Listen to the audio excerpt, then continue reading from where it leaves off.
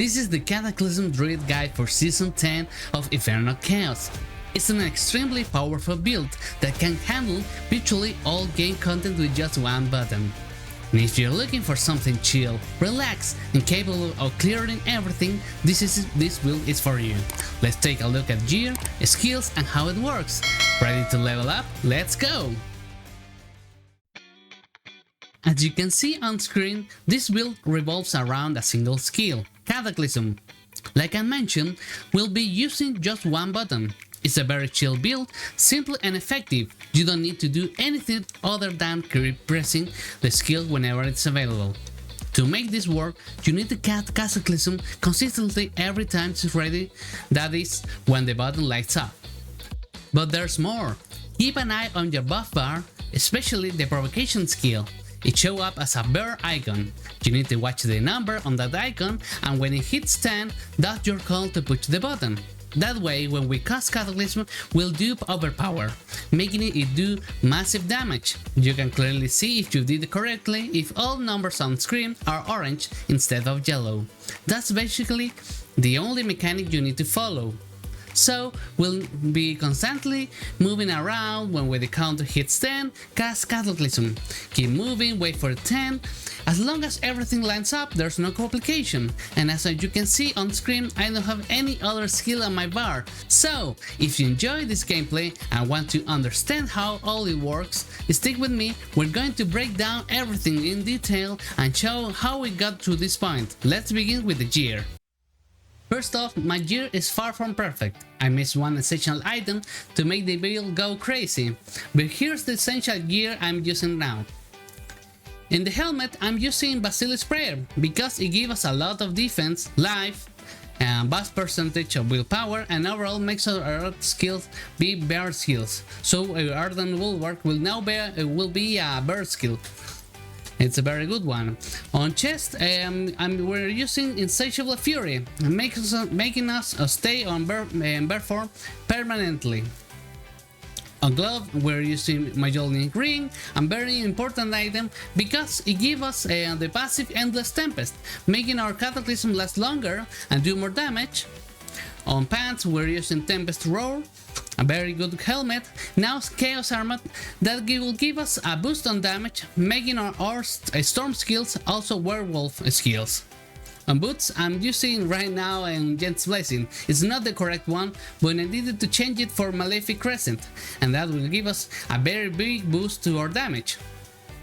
On weapon, we're using the two-handed mace because of the overpowered affix, and temper, we're using Cataclysm to double the damage.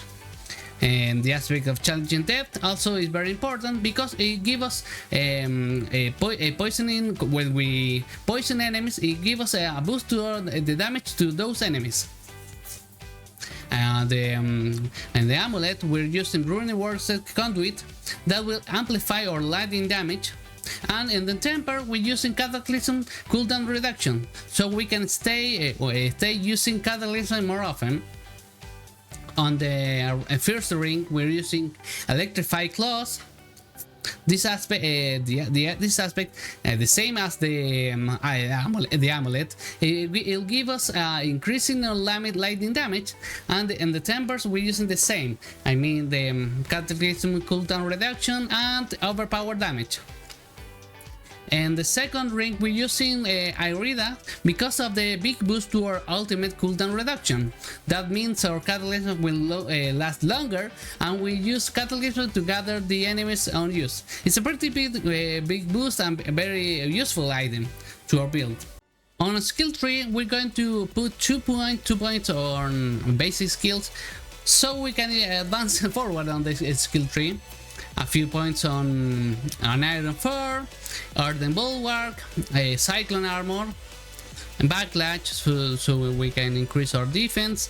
Wolves, Poison Creeper, Ravens. We use a few points on the trio of the Ravens because the Ravens now it gives us a boost to our critical strike chance when we use it. Rarely we use it, but it's a very big boost. And the most important things are in the rat skills. The Endless Tempest is very important because we're going to use constantly Cataclysm, and we want to use it permanently. It stay on us permanently if every time we fight enemies. So every time, every point here is important. And in provocation, it's the most important one after Endless Tempest, because after 10 seconds of Werewolf form, your next non-defensive skill will overpower and deal 15% increased damage. That means our Cataclysm will overpower every time we use it. So we need to see if the provocations buff is on the bar and on the 10 number. So we're using that in that moment. Then in Cataclysm, there are a few points here, and the Resonance, Natural Disaster, Defiance, Quick Shift, because we always will constantly switching from Werewolf, Werewolf, Human, so that will give us a 36%, that's a very big boost. Defensive posture, so we increase the 45 percentage, and that means more damage, and also damage reduction. And we're using in the key passive, we're using Unseen Strength. If we have Malefic Strength, Malefic Crescent, we're going to change it for Lupine Ferocity. I don't have it right now, so I'm using Unseen Strength in the moment. For the Spirit Boons, we're using Wariness because it reduces the damage of the elites. We're using Iron Feather for more life, and Avian Rat for more critical strike damage. We're using Calamity for extend the duration of the ultimate skills, that means a Cataclysm. And Overload because every time we use Storm skills, Lightning Bolt or Dancing Bolt, we apply poisoning damage. So always with the Cataclysm we're doing storm damage, so we're always poisoning the enemies, and poisoning enemies also increase our damage. So it's a cycle of endless more damage to our lightning skills. That means a Cataclysm. In the Chaos perk, we're using Brawn over Brains because it gives us a maximum life, healing received, it doesn't matter, but the overpower damage is a great boost. But however, your maximum resistance are reduced, and your damage reduction from armors is capped to 60%. It is not a big deal, but I have to mention it. On the lower perks, we use Porch Infected. That will give us core skills and also apply 200% of their damage as poisoning. That means Cataclysm. We're using Wild Transformation. Every time we switch from one form to another, Werewolf, Werewolf, Human, we have a bonus, and we cast Blood Howl, Debilitating Roar, or Cyclone Armor. So we're constantly doing that, so we're constantly gaming, taking that buff. Overabundance. This is the more important. Every 100% spirit you generate above your maximum increases your damage by 100%. That means when you use the rune and the set rune Nagel Loom, for example, that every time we have a summon, that means a wolf or bear or raven or poison creeper, it will give us a 70 primary resource. And that means that the Chaos perk, the Overabundance, every time we generate 100 spirit, we're increasing your damage by 100%, and that's a lot, and in stacks up to 3 times. That means we're going to stack it 3 times always with this combination. In the Paragon board, we're using in the first board, we're using Peacekeeper. In the second, we're going to use Earth and Sky, and we're using Thunderstruck. The storm skill damage is increased by 20% of your damage versus close, and damage versus distant bonuses. Current bonus 60%. It's very easy to get. And the third board, we're using Electrocution, so they increase our lightning damage. And Lust for Carnage, Critical Strike with Werewolf skills, restore 2 spirits and deal 50% more increased damage. we're constantly doing Cataclysm, so we're always doing a werewolf skill. No, I deleted it. And in the Paragon, we're going to continue. And for the board, we're using Spirit. Every time we every 5 dexterity per check here give us a critical strike damage. And survival instinct is the more important one. While in Stormbear form, you deal 30% increased damage or 45% when you are at full life. But this is the important one. You have a 1% increased overpower up to 25% for every percent of difference in current life percent and 45 life percent between you and the enemy.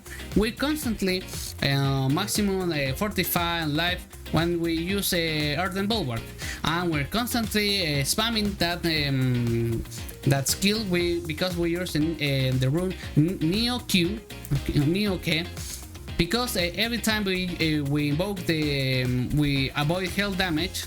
That means every time we move, every time we constantly using Earthen Bulwark, so we constantly keeping the bonus of the rune set. So that means every time every time we using that combination, Survival Instinct activates a maximum capacity. In the fifth word, we use Dominate.